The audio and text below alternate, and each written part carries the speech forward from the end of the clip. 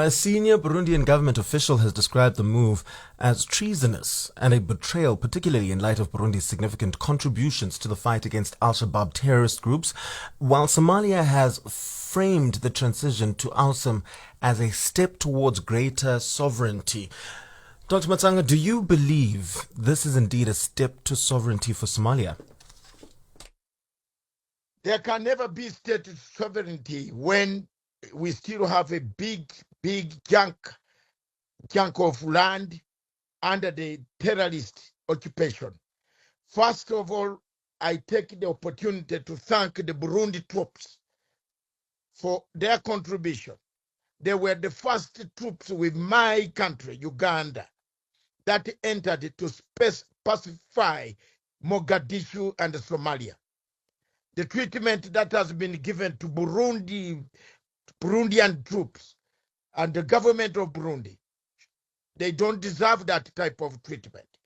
They deserve honor, respect, and to be rewarded in terms of what they have done since they entered Somalia. Somali government and the Somalia government must all the time respect others who help them. They have seen this type of culture running around every time. They went around, they turned on Kenya. They turned on several countries that have given them aid. They have turned that type of behavior must always stop, because when you are helped by an African country, that sacrifice its people. How many generals, how many people have fallen down in Mogadishu? How many people have fallen down in all sectors of the Amisom, Artemis, and whatever forces you call today, when America was standing and watching? How many? The Burundians played a vital role. They should be treated very well, and that is a very bad behavior of an African, I mean UN, an African. We don't behave that way and reciprocate that way to people who have helped us. And now, Dr. Matsanga, when we look at the role that Burundi has been playing, having been a prominent player in Somalia's stabilization efforts since 2007, having deployed thousands of troops under Amisom and later ATMIS, and at its peak, Burundi contributed over 5,000 soldiers, making it the second largest troop contributor to the mission. Burundian forces also played a pivotal role in liberating key areas of Mogadishu, including the Ministry of Defense headquarters from Al-Shabaab. Now, the big question here is, with all this effort, can Somalia actually afford to have strained relations with Burundi? That is why every African who has been following the conflict of Somalia since inception in 1991. I have been there. I went as a journalist to interview the government that was then of Sharia, Sheikh Ahmed Sharif, who was then the government that of Sharia law. I interviewed them when I was working together with Sky News and ITN. We entered Mogadishu and interviewed them. But since then, anybody following this politics of Somalia would appreciate and agree Burundi paid its price. It has done so well in stabilizing Somalia. And this now, if the behavior becomes as it is, because Somalia has found new friends like Egypt, who have never helped. Egypt never helped Somalia when Somalis wanted that help. It was Uganda, Burundi that fought the first battles of Al-Qaeda, ISIS, Al-Shabaab, and other wars in Somalia. So a behavior of that nature only makes it very difficult for Africa, once again, if there's any conflict anytime in Africa, for people to sacrifice their troops. And it gives a sign to us from Uganda, who have played a pivotal role in securing Sector 1, which is central Mogadishu, removing the core of Al-Shabaab out to into the suburbs, not the suburbs, but far away from Mogadishu, where they only sneak in to throw bombs here and there, 1, 2, 3.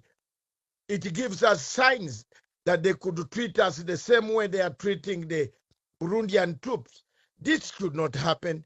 And I think the president of Somalia should look at what contributions and get a good relationship with Burundi and agree on the levels on how they can cooperate and live harmoniously without acrimony, which we see now appearing and which is going to multiply and cause more problems. And yet we still have an enemy. And that enemy here is Al-Shabaab. It has not been lodged out completely, dislodged out of Somalia. It still holds some chunk of lifeline of selling, because we know who the funders are. We know where they are. Most of the funders are well known now in the Middle East. If you go to Qatar, you find their offices labeled there. They are there. So the world is very funny place. Burundi had played a good role. It should have not ended this way, the way it has ended. And now, Dr. Matsanga, all of this, the withdrawal of Burundi from Amisom and all of these other things are coming amid broader regional tensions.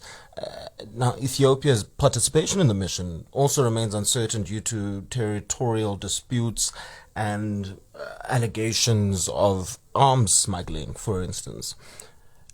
What is going to be the greater result here, or the effect on the region?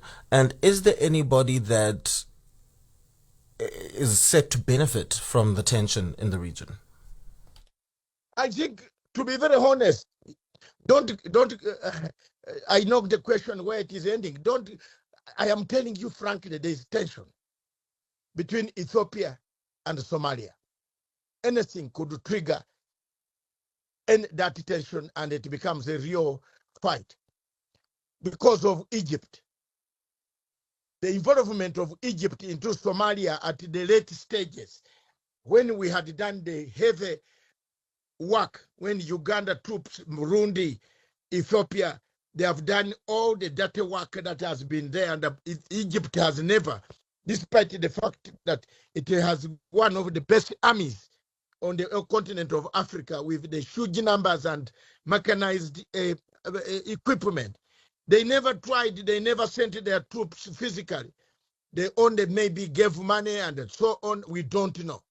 But the tension that is in the Somali, in the Horn of Africa, is huge.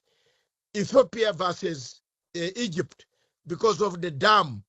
They have shifted their chaos and brought it in a region which is already chaotic. So if you find two African countries fighting over water, River Nile, and the dam, now carry that conflict, bring it back to Somalia, Mogadishu, which is already with Al-Shabaab holding some parts of Somalia. And then we have the border, the question of Somaliland, which remains a very, very tricky matter around the region. Somaliland, the capital Hargeisa, is peaceful. Mogadishu is never peaceful. If you go to Somaliland, you hold elections. Ethiopia has got bilateral relations with Somaliland. It has signed for construction of a railway line into Somaliland territory that will deliver goods to the Red Sea. And Somalia again says, no way, you should have talked to us before you sign with one of the places. But Somaliland says, no, we are not part and parcel of you. But you can even look from the outlook. Mogadishu is very chaotic with terrorists all over the place, throwing bombs, people scared, people living in the bunkers, in Hargeisa. People live freely. You can even leave money outside and somebody will knock on your door and give you the money. The type of peace that is in Hargeisa and Somaliland. So if you combine all this chaos, you combine all these situations, hanging issues, anything can trigger any war in that region, which could be, again, a plus for the Al-Shabaab. Because if a war begins between Egypt and Ethiopia in Somalia, that can give Al-Shabaab a ground to wake up and start remobilizing again. It has been deflected and removed from the main areas. So our troops, especially my countrymen troops, that I send greetings, that I say thank you very much. Keep on doing what you can do for Africa. And I want to thank President Museveni for having done the best. That is one of the things where we agree with President Museveni 100% plus. He sent troops. We pacify Somalia. We shall not live when it is not pacified. We want to live when Somalia is pacified. And we have done a great job in that place. But the tension is for real, as you say. All right. Well, Dr. Matsanga, thank you so much for joining us. Thank you very much for calling me, and all the time continue to serve Africa. Don't forget, we are going there. We shall always be there, and Africa will remain one. As much as we liberated Zimbabwe and South Africa, and Mozambique and Angola, some of us were alive. We took part in it. We shall liberate Somalia and make it a better place for Africa. Thank you. Thank you very much. And that's Dr. David Matsanga, political scientist and international relations expert, joining us on the line.